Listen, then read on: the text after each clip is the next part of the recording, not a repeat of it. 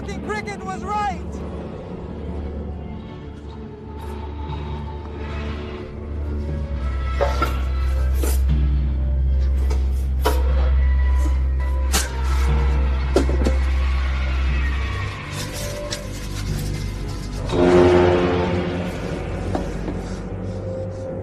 I was wrong to rebel against my father and run away from home. If I hadn't run away from home, and if my father were here, I wouldn't be dying of hunger.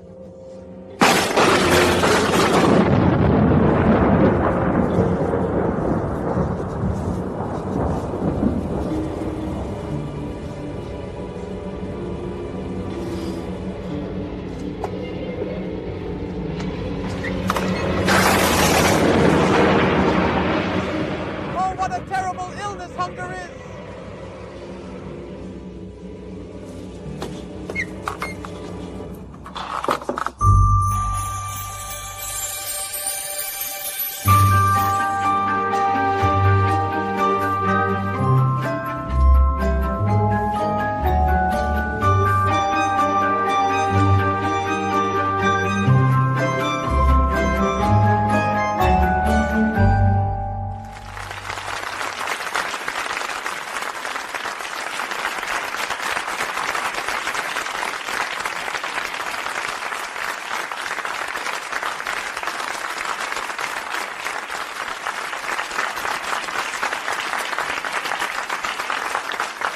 Well, welcome. Good evening, everyone. So let's continue our journey with Pinocchio, always trying to trace those analogies, those references that Beefy's interpretation, which we're using, suggests from time to time, also highlighting some passages where, as we'll see, the text almost literally repeats Coco, almost quotes the Bible or the Gospel to support the hypothesis that Beefy proposes for reading the book, reinterpreting the character of Pinocchio, the story of Pinocchio as a universal story, a story of salvation, and therefore, in some way, the story of each of us. We had left off with the episode in which the famous policeman, who is supposed to stop Pinocchio and return him to his father, influenced by the gossip of the onlookers and jokers, does exactly the opposite of what he should do. He puts Geppetto in prison and lets Pinocchio go free. The chapter ended, as we saw, with Geppetto, who is indeed God, who, while being dragged away, once again reaffirms the two decisive things that we noted last time. I'll just remind you once more. Wretched son. Wretched son, meaning that for Geppetto, that piece of wood is already his son. He has just finished making him, but he already feels he is his son. Wretched son. And to think that I struggled so much to make him a proper puppet, but it serves me right. I should have thought of that beforehand. So about this, I should have thought of that beforehand. We reflected on it, and that's where we'll pick up again tonight. It's striking, truly striking, that God cannot go back. He doesn't have second thoughts. Once he has created man, once he has created each of us, he does not go back. It's striking that God would say of himself, now it's too late. I should have thought of that beforehand. This is the phrase that sums up God's faithfulness, the relationship that God has with his creature, a relationship that perhaps only the word mercy can truly define. Even though this son rebels against the father, it's too late. There will be a price to pay. God will bear the consequences of this devotion, of this love, to the very end, even to the point of dying himself. And at the same time, the theme of freedom opens up. That is our Pinocchio. Our Pinocchio freed himself from the dependence on his father. And I remind you that this formula, that is identifying freedom with the possibility of doing without the father, is precisely the formula of modernity. It is not that I attribute bad thoughts to a certain philosophy. It has been written, we have finally emerged from the state of minority, said a philosopher. Finally, we no longer need myths of religious ideas to justify our existence in history. We can manage, we can do it ourselves. Banish the dreams and fantasies of priests and of the various religions that made us believe we were the sons of a father. This is the synthesis of modernity, and it is the trap into which Pinocchio falls, the illusion into which Pinocchio falls, who freed himself from his father, runs home all happy. He enters, arrived in front of the house. He found Lucio in the street, half open. He pushed him, he went inside. And as soon as he had put enough of a stake, he threw himself to sit on the ground, letting go a great sigh of contentment. This son who feels like a liberation from chains, from constraints that seem to limit precisely his freedom, creativity, expressiveness, if not that. Here Collodi introduces a brilliant figure, perhaps one of the most beautiful and profound things in all history, the figure of the talking cricket. The figure of the talking cricket appears, but first we need to clarify something right away. Why is he called talking? I mean, the story is full of animals that talk, so why is only the cricket called talking? It's not a trivial matter. If he is talking, it means he is par excellence the voice. The voice of whom? The voice of what? Bifai talks about, he actually titles the chapter commenting on the talking cricket, The Voice of Moral Conscience, and that's fine, it fits.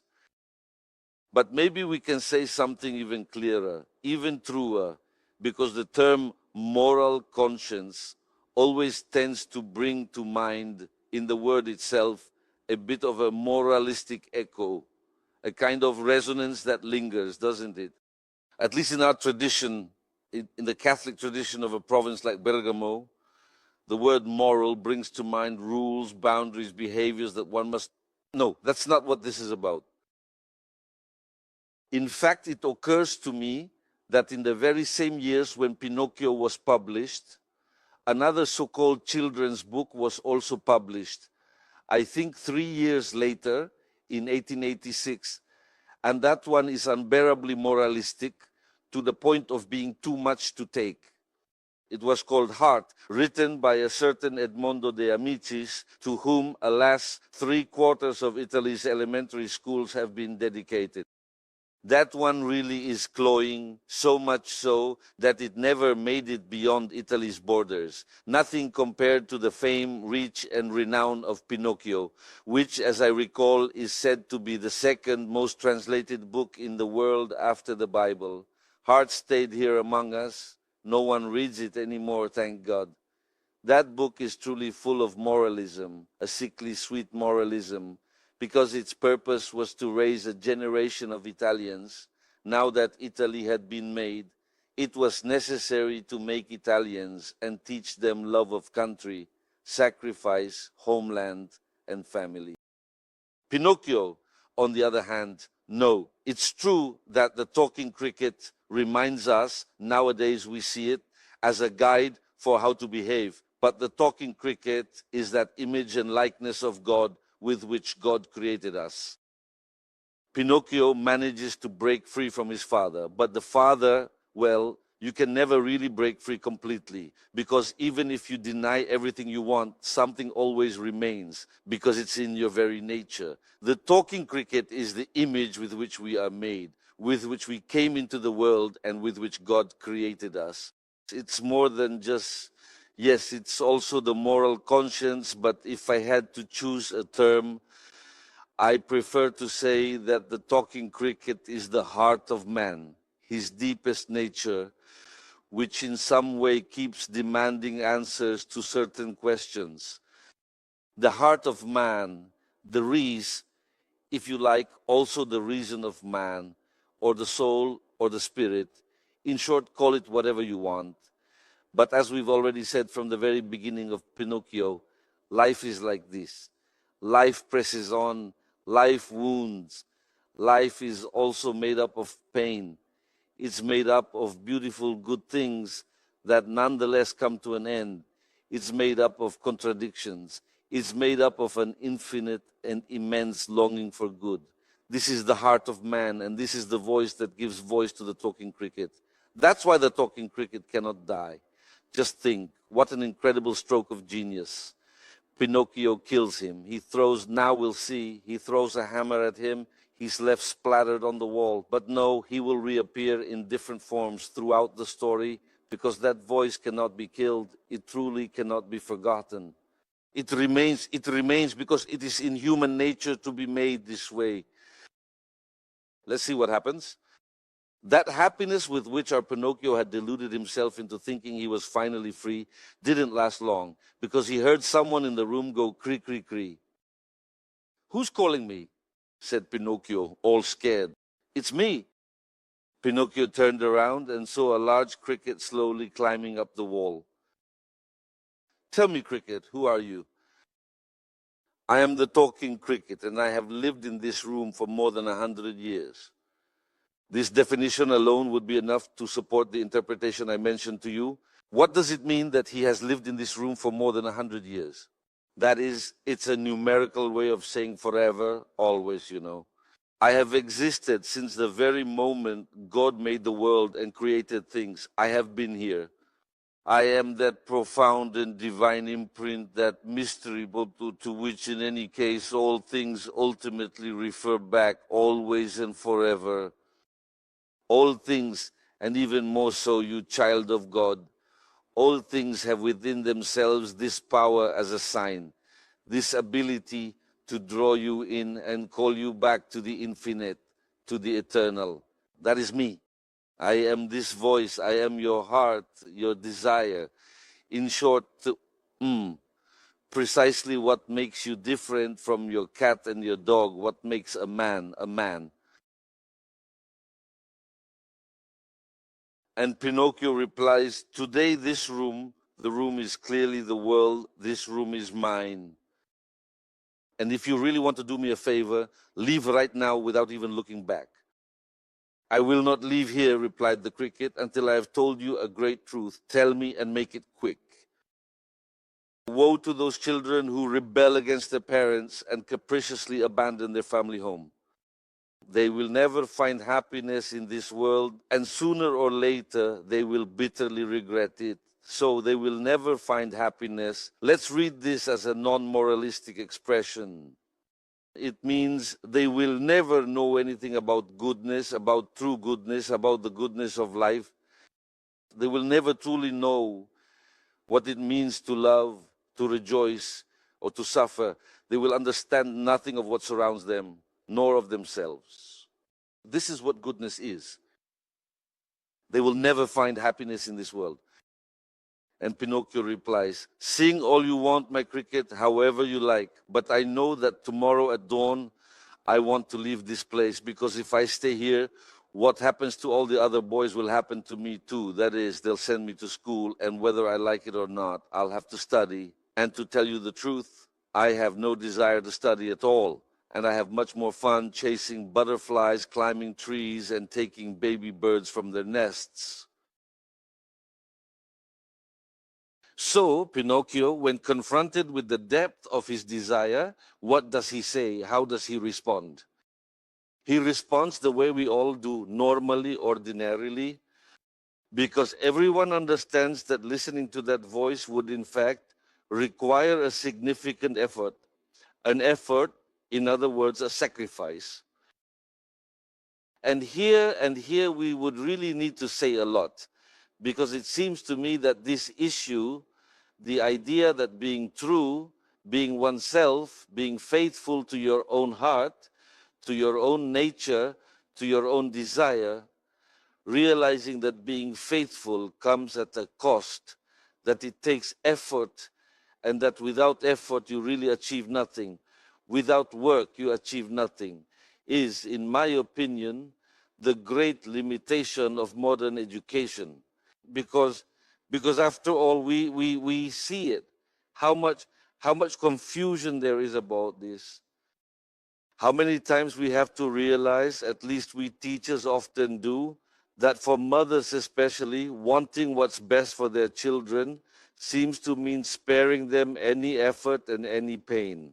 Avoiding effort and pain seems to be the educational mission of a mother who truly wants what's best for her children. It's the opposite. It's the opposite. Eliminating effort and pain means eliminating the possibility for them to grow up. And it's always like that. So much so that when life, because that's how it is, forces us to face effort and pain, at 18 we wake up and say, hey, my child, you know you have to work, right? And when they look at you, they say, but how come? For 18 years you've been telling me, no, that is fine like this. You work if you feel like it. But we raise them like this ourselves, thinking that you can grow up and enjoy life without effort and without pain. Our little cricket, as the lizard reminds him, poor little fool, don't you know that by doing this you'll grow up to be a fine donkey?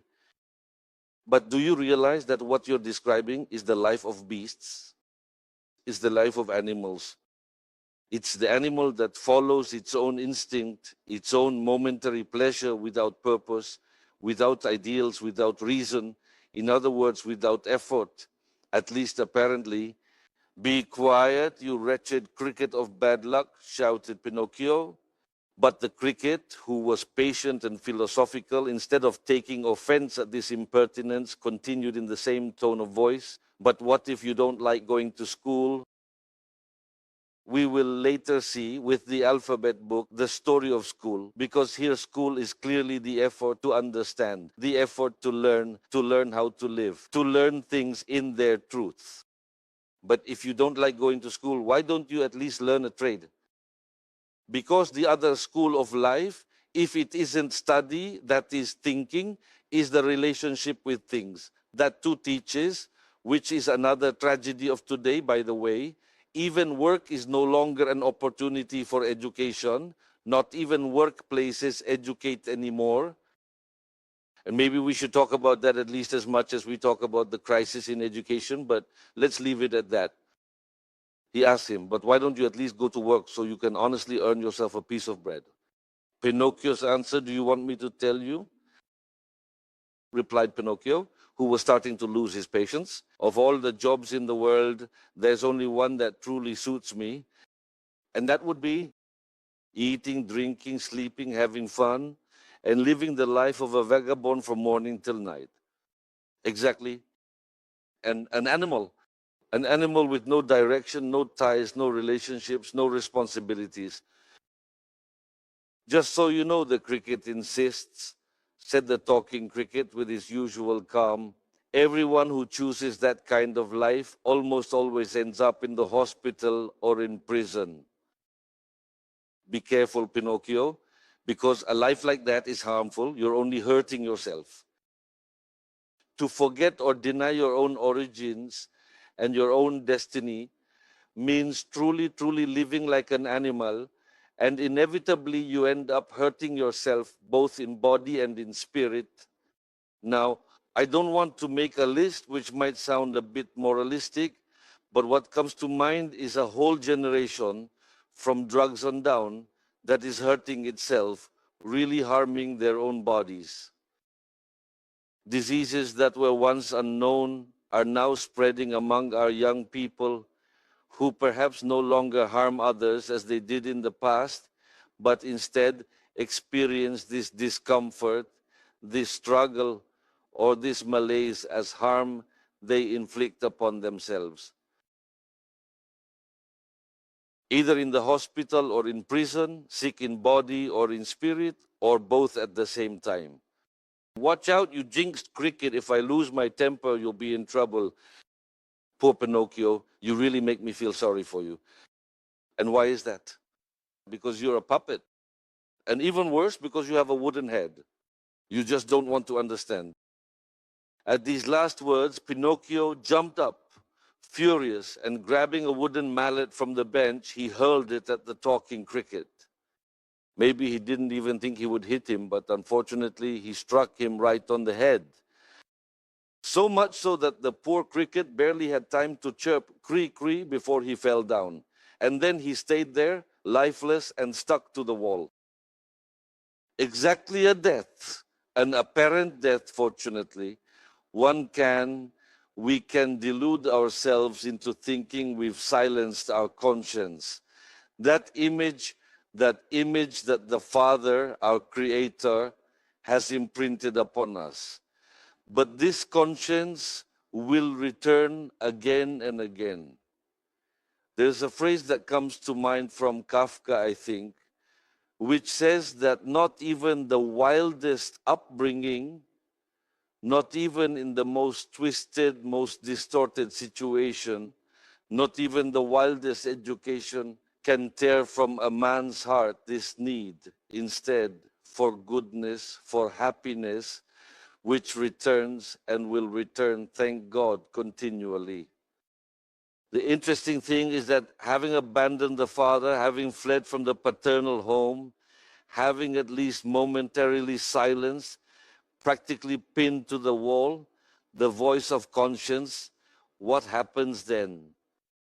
Our Pinocchio, that is man, that is us. Because look, the interesting thing remains this. It's wonderful to make the comparison, the obvious, clear, strikingly clear comparison with the Bible, with the story of humanity. But in the end, the issue concerns us because every morning the world begins again.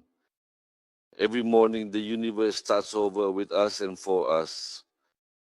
And every morning we are faced with this choice, a radical choice, as we were saying when talking about Geppetto and Cherry, the radical choice between those who start the day by saying thank you with infinite gratitude because what they have is given, it is truly grace, it is truly a gift, and those who get up saying, I'm in charge, I'm the master here. But the consequence starts to make itself felt. It's not exactly that beautiful or fulfilling life that Pinocchio had dreamed of. The next chapter begins like this. Meanwhile, night began to fall. It's already here. Because up until now, all things considered, in the various scenes we've witnessed, none of us thought about the night. One could imagine that these things happened in broad daylight on a beautiful festive day. But that's not the case. Having left his father's house and silenced his own conscience, night begins to fall. As night began to fall, Pinocchio, remembering that he hadn't eaten anything, felt a little ache in his stomach that very much resembled hunger. But a boy's hunger grows quickly, and in fact, well, it turned into a ravenous hunger, a hunger so intense you could cut it with a knife. Poor Pinocchio immediately ran to the fireplace where there was a pot boiling and pretended to lift the lid to see what was inside. But the pot was just painted on the wall. Just imagine how he felt. His nose, which was already long, grew at least 4 fingers longer. Impressive in the sense that the pot is painted is an illusion. The world, instead of meeting your needs, your questions, your hunger, starts to reveal itself as deceitful, treacherous, and full of lies. It's as if it promises you something. But when you get there, it's all an illusion. Everything is just painted on the wall.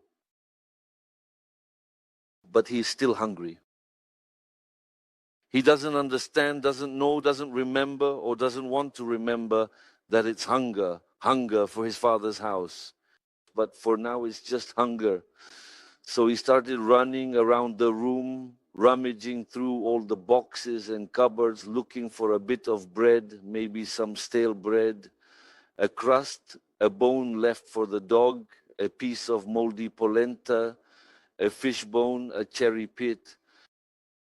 Exactly, what an incredible progression from bread down to a cherry pit. In short, anything at all to chew on, but he found nothing.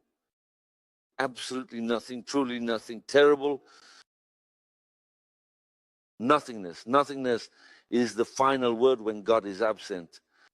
It means that in reality there is nothing at all, there is nothing. And in fact, it would be enough to examine literature, art. There's plenty to explore. But if you think about it, it really is like that. The absence of God generates a sense of nothingness that will inevitably have to be filled in some way, because faced with nothingness, man cannot endure. You can endure getting up in the morning, feeling the fatigue of living, and saying, after all, it all amounts to zero, it's all nothing. Nothing really matters.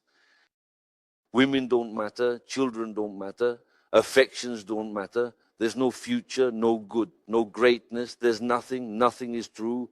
It's all just painted on the wall. There are movies about this, aren't there, that talk about this, because people know if no one shakes up your world, it means it's all one big joke, one huge lie, nothingness that keeps advancing. But meanwhile, the hunger kept growing and growing, and poor Pinocchio had no other relief than to yawn. And after yawning, he would spit and feel as if his stomach was leaving him. Then, crying and in despair, he would say, "The talking cricket was right.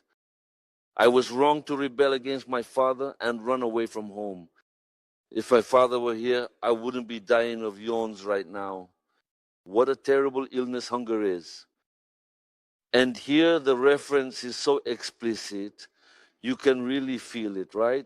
If my father were here, I wouldn't be here dying of hunger. There was another son who ran away from his father's house, who ends up, as a swineherd. And when he realizes it, he pulls himself together and says, "In my father's house, even the servants have enough to eat, and here I am, dying of hunger."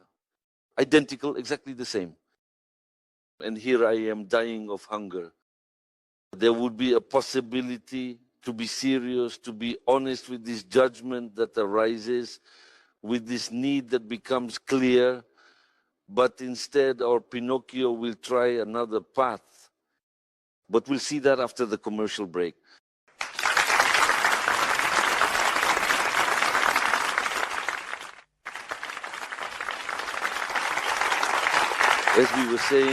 As we were saying, inevitably abandoning his father cost Pinocchio his solitude.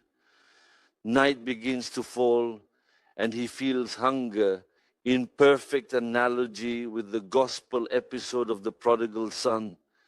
He says to himself, "If I were at my father's house, I wouldn't be dying of hunger."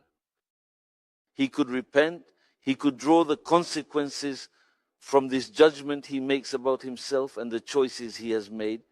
But instead, just then, he thought he saw something round and white lying there in the messy garbage heap that looked exactly like a hen's egg, glistening faintly. Leaping up and throwing himself on it happened in an instant.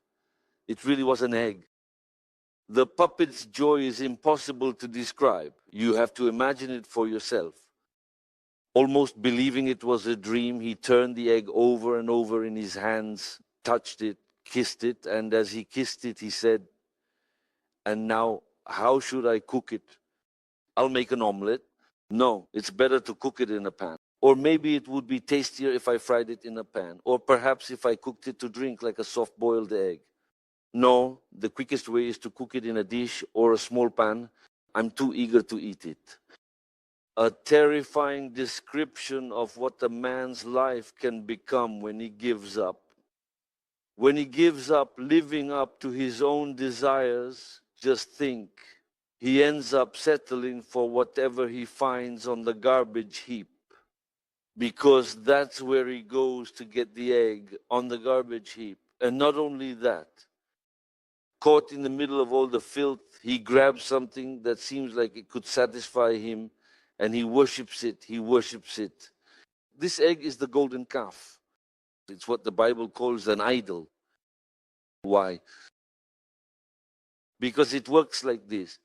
Whoever gives up or doesn't want to have a father will end up having a master, because you have to depend on someone or something, whether you want to or not. In fact, whether you admit it or not, whether you recognize it or not, you have to give your life to something.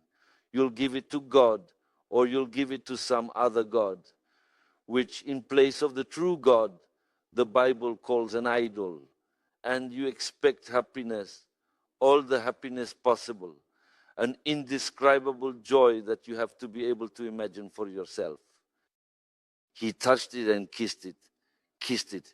You end up giving all your devotion to an egg found on the garbage heap. Everyone has to reckon with themselves. It might be money, it might be your career, it might be your bank account, it might be a woman, it might be whatever it is, whatever it is. But you can't live without giving your life for something. Either a father or a master, as we will see shortly in the episode with Mangiafuoco. But since, as the Bible says, the idol does not keep its promise, you have it, you feel the hunger, that is, you feel the promise of good with which you came into the world. The promise of good with a capital G, that is the promise of a, I feel like quoting Dante here, bear with me, but the promise of a relationship with the stars, that is of such a lofty affirmation of the value of everything, of you and of every hair on your head. To use Jesus' words, you feel it, that life is this promise of good. But if you invested this expectation, this promise, if you invested in the idol, in the golden calf, they have mouths but do not speak, they have ears but do not hear, they have hands but they do not keep their promise. Without further ado, he placed a small pan over a brazier full of burning embers, put a bit of water in the pan instead of oil or butter, and when the water began to steam, crack, he broke the eggshell and made as if to pour it in. But instead of the white and the yolk, out popped a little chick, all cheerful and polite, who, making a nice bow, said, "1,000 thanks, Mr. Pinocchio, for saving me the trouble of breaking the shell myself. Goodbye, take care, and give my regards to your family."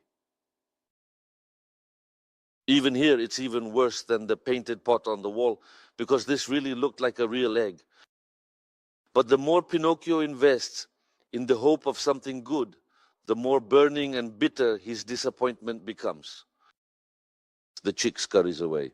The poor puppet was left there as if spellbound, eyes fixed, mouth open, and the eggshells in his hands. Once he recovered from his initial shock, he began to cry, to scream, to stomp his feet on the ground in despair. And as he cried, he said, "The talking cricket." How many times we will hear him say it? The talking cricket was right. If I hadn't run away from home and if my father were here, I wouldn't now be dying of hunger. And because his stomach kept grumbling louder than ever, and he didn't know how to quiet it, he thought of leaving the house and sneaking over to the nearby village, hoping to find some kind-hearted person who would give him a bit of bread as charity. And here we truly reach the climax of the tragedy. Why? Because we've seen that the first thing, the first realization, the first consequence of being abandoned by the Father is that reality becomes your enemy. You no longer understand it. Not only does night begin to fall, but now the next chapter begins like this. It just so happened to be a dreadful winter night. Interestingly, some texts write inferno, hell, instead of inverno, winter. In my opinion, the correct version is winter, but hell would also fit well, because the absence of God is hell.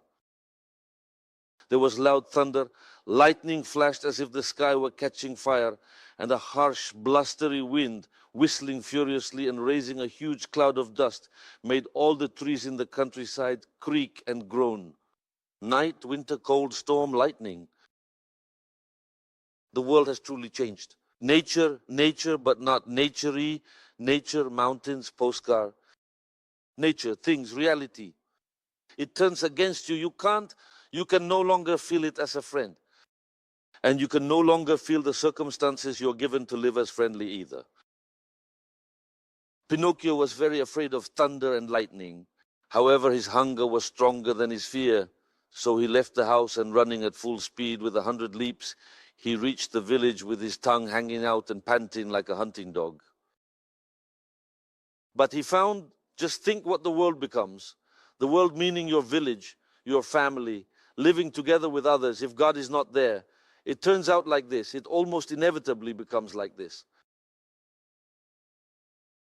He found everything completely dark and utterly deserted. The shops were all closed, the house doors were firmly closed, the windows were tightly shut, and there wasn't even a single dog anywhere in the street. It seemed like the land of the dead. So bitter that it was little more than death, as Dante said, finding himself in the same situation, having lost his way in the dark forest just the same. It seemed like the land of the dead. Then Pinocchio, overcome by despair and hunger, clung to the doorbell of a house and began to ring it repeatedly, saying to himself, "Will someone come to the window?" In fact, an old man with a nightcap on his head appeared at the window and shouted, quite annoyed, "What do you want at this hour?" "Would you be so kind as to give me a little bread?" Pinocchio shouts to him, shouts out his need. But the terrible problem is that people no longer understand each other. If God does not exist, and here a long digression would be deserved, but we don't have time for that. But if God does not exist, if there is no truth, a truth that we at least try to reach together, helping one another, if there is no truth, then there is not even truth in words, not even truth in the names of things, and there is no possibility of communication. The very possibility for people to understand each other disappears. I say something to you, and you understand the opposite. If God does not exist, then anything goes, and so does its opposite. Language no longer has any foundation. Communion, that is the shared recognition of truth, is the only thing that makes communication possible. Is that clear? And here we have the equivalent of the Tower of Babel, when people in history decided they could do without God. In fact, they decided to challenge God by building a tower as tall as the sky, to bring down the Eternal Father from where he was. The Eternal Father looked at them, gave a little cough, and brought the whole shebang crashing down. And the result? They started speaking different languages. Rebellion. If God is truly absent, people end up speaking a language that others can no longer understand. You would need all the examples of experimentalism in literature and modern poetry to illustrate this, but I imagine that everyone has an idea of how even art, the best art from the 19th century onward, actually documents this very difficulty in finding a language, in understanding one another. In fact, the text says, "Wait for me here, I'll be right back," replied the old man, who isn't bad, you know. He's not someone who says, "Oh, I find someone and now I'll play a trick on him." No, it's the opposite. He doesn't understand.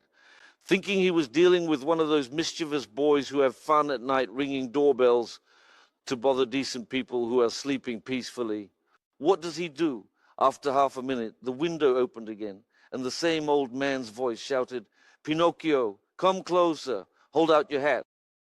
Poor Pinocchio goes over there with his little hat to get the piece of bread. Pinocchio immediately took off his little cap, but just as he was about to hold it out, he felt a huge bucket full of water pour down on him, soaking him from head to toe as if he were a wilted geranium. It's a misunderstanding that isn't even, I repeat, malice. It's simply that they don't understand each other. He returned home soaked like a chick, exhausted from fatigue and hunger, and because he no longer had the strength to stand, he sat down, resting his soaked and muddy feet on a brazier full of burning coals. And here we really are at. So there's a hostility toward reality, that is, toward things, a hostility among people. No one understands each other anymore. And finally, a hostility toward oneself, a self-destruction of which one is no longer even aware. An image that has brilliant something. How did Collodi come up with the idea of someone who sleeps and manages to sleep peacefully while his feet are burning? Look, that's something incredible, so powerful. And there he fell asleep. And while he was sleeping, his feet, which were made of wood, caught fire and slowly burned to charcoal and turned to ashes. The gospel says, whoever sins contradicts himself. And here it might be useful to introduce to introduce a notion of sin that isn't that somewhat moralistic one we all have. Sin isn't just that there are rules and you can't manage to follow them all and every so often, right? I mean, it's not just disobedience to the law either. But the law is not the goal. The law, at least when God gives it, both before and after, I mean in the Old Testament, but also in what Jesus says when he changes it, when he fulfills it by saying, I give you a new commandment. The law is pedagogical, it's not the goal. The purpose of life is not to follow the rules. Rules are followed because following them is useful for making a certain journey, for reaching a certain ideal, a certain goal. So sin is not, first and foremost, simply disobedience to laws or rules that have been set. Sin is, well, it's that things in life are not what they truly could have been. And that realization, that understanding brings about a sense of sadness within you. Let me give you an example, the one I always used in school. The senior year school trip, you know, the one that for so many years was a kind of initiation, I won't say into what, but the senior trip, 5 years altogether, best friends, an incredible group. Come on, we're leaving, and this time it's even a long one, a whole week, and even abroad, thank God, what an experience. We're off, and at 6 in the morning, ready, the bus arrives. Everyone is there. Roll call, Maria is missing. Maria's not here. Where's Maria? Some people get pissed off. Damn it, she's always late. That one, really, come on, seriously, right? They call, and Maria's mother answers and says, I'm sorry, but Maria slipped on the stairs and broke her leg. She can't come, she's in the hospital. What do the 29 classmates say? What do they say? What a shame. What a shame. We were all, it was the chance for all of us to be together. What a shame. This is the sin. Sin is this, it's this jolt you feel when you realize it could have been more. If you had done things differently, it would have been better. It would have been more real, more right, more what it was supposed to be. What a shame. How much we lost. What did I lose? Then there's also the consequence of the law. All right, that's all fine. But sin, Christian sin, is this very thing. It's when someone says, but oh, how beautiful it would have been if... And here it's the same thing, you see. It's not that he's making particularly serious mistakes now. It's that he made a choice. He made a choice whose consequences are that life slips away from him. Life burns up right under his nose, and he doesn't even notice. Collodi says, it's terrible, he says. And Pinocchio kept on sleeping and snoring as if his feet belonged to someone else. Snoring in your sleep as if your feet belong to someone else is, alas, what we all do a little bit, huh? It's no coincidence. It's no coincidence that the psalm says, what does it say? It is now time to wake up from your sleep. One can live an entire life in a kind of unconscious slumber, unaware of oneself, unaware of one's own destiny, of the greatness to which one is called. And so not only do we end up suffering, because that's how it turns out, but we also become complicit in evil and contribute to the destruction of things, of the world, of others, and of ourselves, because inevitably that's how it ends. We become complicit in what we would have wanted, what we wanted to avoid.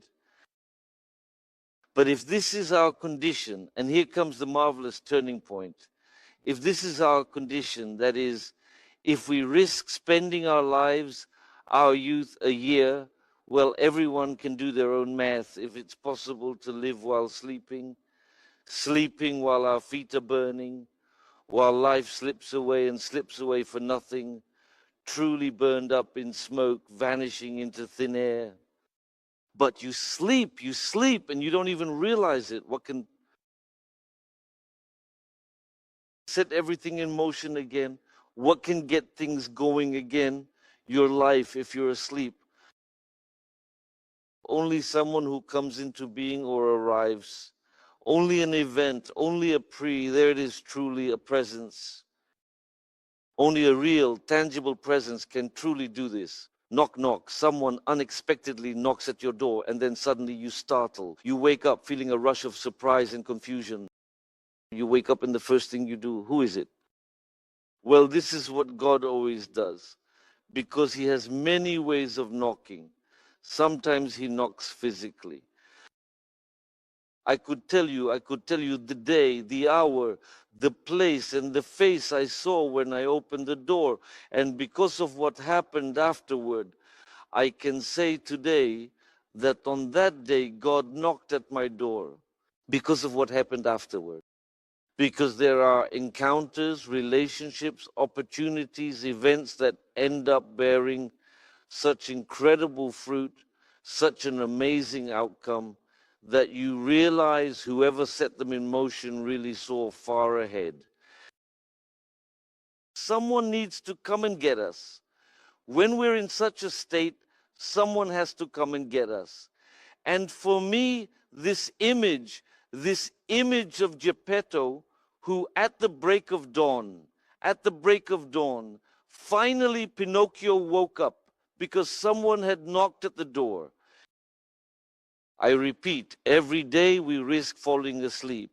That is becoming forgetful, losing our memory, losing awareness of who we truly are. But fortunately, there is always someone who knocks at our door. God knocks in 1,000 ways through the circumstances he places us in, but he knocks persistently. The problem is that he cannot come in unless we open the door for him. I'm not saying you have to fling the door wide open. For him, even a crack like this is enough. And then he comes in and turns everything upside down. But there has to be at least a crack. He won't break down the door. That's it. God doesn't break down a closed door. He just doesn't. He would never allow himself to do that. He would never allow himself to do that out of respect for our freedom. But he keeps knocking. And then he sits and waits, even for all eternity. God is patient with each of you, not wanting anyone to perish, as I believe St. Paul says. He knocks, he keeps knocking. The problem is hearing him, realizing it, and saying, who is it? Who is it? Who are you? Who are you?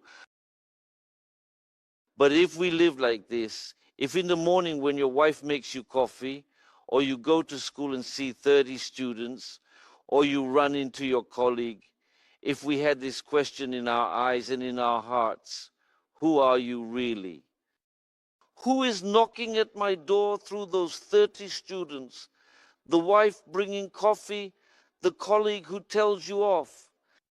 Who are you knocking at my door in such unexpected ways? But what kind of life would that be, guys? What kind of life would that be? It would be the chance to wake up every day and live well, to try to live well. Awake meaning aware of yourself. Who is it? He asked, yawning and rubbing his eyes. It's me, answered the voice. That voice was Geppetto's voice. It's me is actually the name of God. The name of God when Moses stands before the burning bush. Do you remember? And he says, what's happening here that it burns but is not consumed? Who are you? It's me, says God. And when asked to say his own name, he will say of himself, I am who I am, it's me. And the apostles who see the risen Jesus but do not understand, and he says, it's me, it's me. A voice answered, and that it's very interesting. He could have said, Geppetto's voice answered. It would have been the same, right? No, it wasn't the same. A voice answered, which means all voices. In some way, all voices are God calling us. It's beautiful. And he adds that after that voice was the voice of Geppetto, the Father who never tires of searching for us, always knocking at our door. The problem, but of course we'll look at it next time. The problem is that our Pinocchio, even though he has woken up, even though he is in need, even though at this point he is searching with all his being for an encounter with his father, for his father's forgiveness. He just can't do it. He can't do it. He can't do it because he no longer has feet. He doesn't have feet anymore. And at Geppetto's cry, "Open this door," no one is able to open the door because the door is locked from the inside, because Pinocchio's feet are burned and he can't move and can't get there, because Geppetto won't break down the door for the reason we've already mentioned. And so what has to happen? What needs to happen for Pinocchio's cry, for his need, that is, for man's need to be answered, for the need he feels to find consolation? We'll look at that next time.